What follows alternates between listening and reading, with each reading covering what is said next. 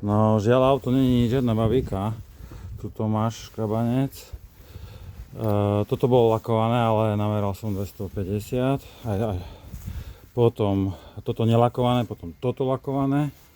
Tu ešte hore. Ale neveľa som nameral.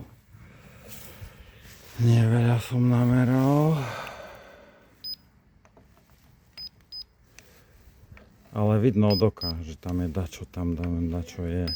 Neverím, že Alfa to tak zle vyrába. A potom tu som nameral. Pardon, tam ne. Ne, to zadky sú také vyššie, hrubšie laky asi, lebo je oblúk. Ale tu je taká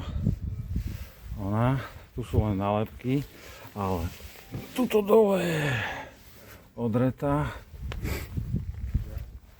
Toto tu nevyleštíš, sorry. Toto dokonca vyskočené.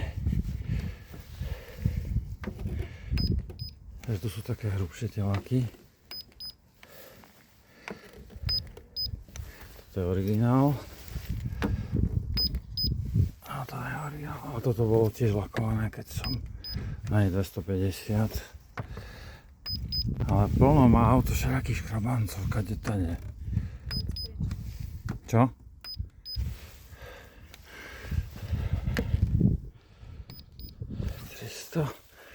Kapota 350 300.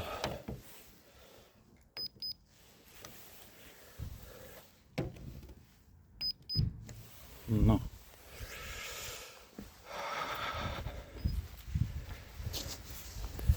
vytešli usel.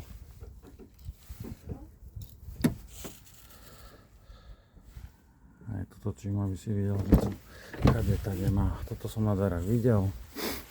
No, tu chýba ešte knop.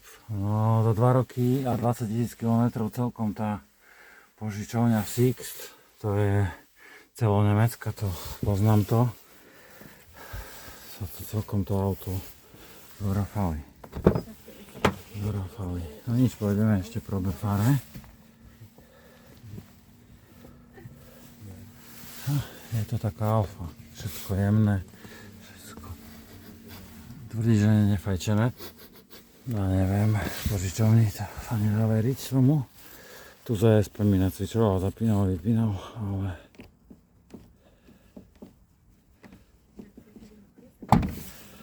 kufor Brutal. To asi ani v živote nevidel.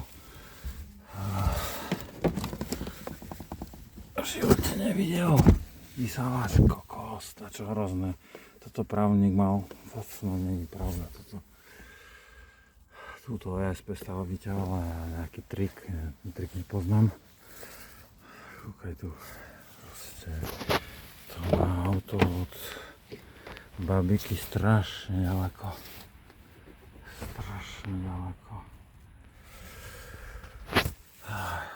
Kade tade sú